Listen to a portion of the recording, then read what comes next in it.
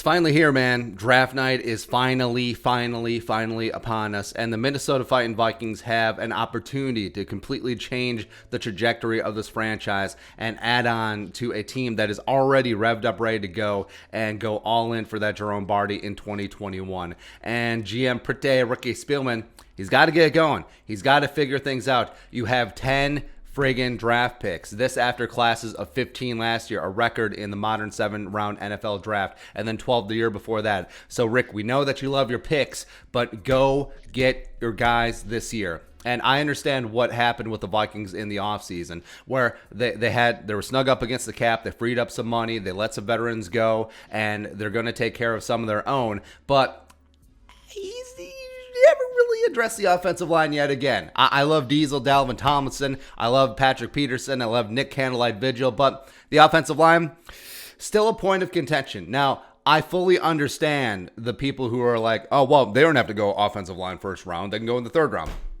Okay, but what if they don't go O-line in the first round? What if they ignore offensive line day 2, and then all of a sudden you're in round 4, and you're like, oh, well, there's always 2022. No, you can nip this problem in the bud. Plus, I'm a big fan of BPA, but the Vikings have painted themselves into a corner where they need to draft offensive line.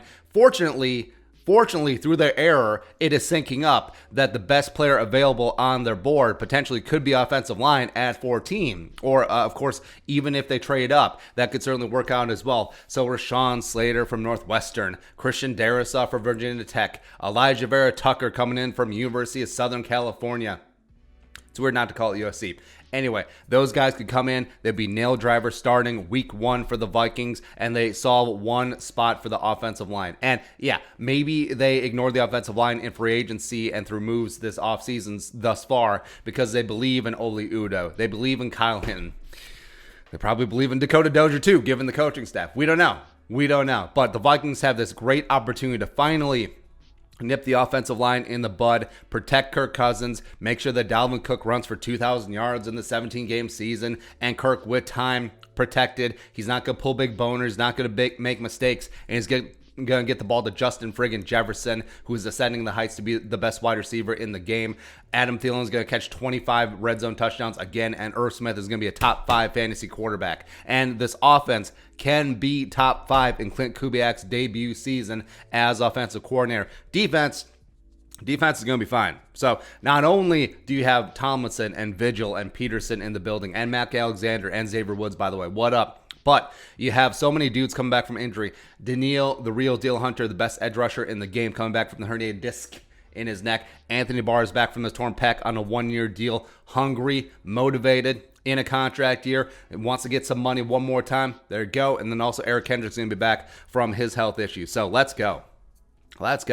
Top 5 offense, top 5 defense, and then supplement at every stage of the draft. You have 8 friggin' picks in the middle of this class. 3rd, 4th, 5th round selections. You can package them up. You can get back into the 2nd round. You can move around in the 1st round. You can move up in the 3rd round even. You can get premier talent to supplement this roster, and all of a sudden the Vikings, flying under the radar because the national media drone haircuts never give the Vikings the time of day, have one of the best young teams in the league that are just pissed off for greatness after the crater of 2020. And wow, man. Right. So you have a massive opportunity. Plus, let's not sleep on the quarterbacks, because maybe the right guy falls. Maybe the right guy falls out of the top 10, whether that's a Trey Lance, whether that's a Mac Jones, whether that's a Justin Fields potentially could take a draft day tumble. And the fact that you have that luxury of so many draft picks, I understand. I just made the case for offensive line. But if you have a chance to have a premier, starting caliber, future franchise quarterback, and you go up and get him for the cost of what? 14 and a 3rd round pick? Tempting.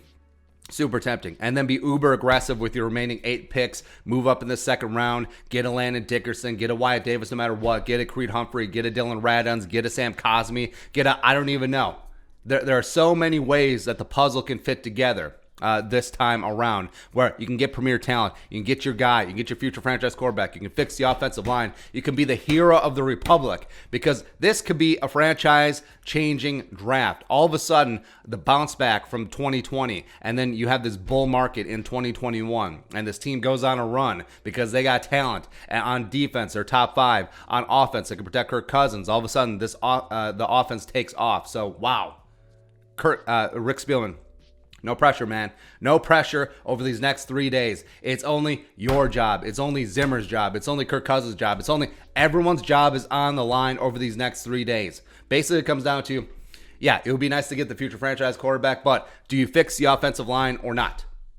Or also in free agency, you could go Mitchell Schwartz. There's so many options. There are so many ways that this team can get fixed and be a Super Bowl contender this year. But if they don't find that combination, even though there are 17,000 combinations they can do it, it's going to be a long season. Hey, 2022, Desmond Ridder. Sure, why not? But pretty fired up, pretty hyped up for tonight. Join us for draft night coverage, 6:30 p.m. Central Time. We're going to be live streaming during the first round until the Vikings pick. Let's go. Skull, production value.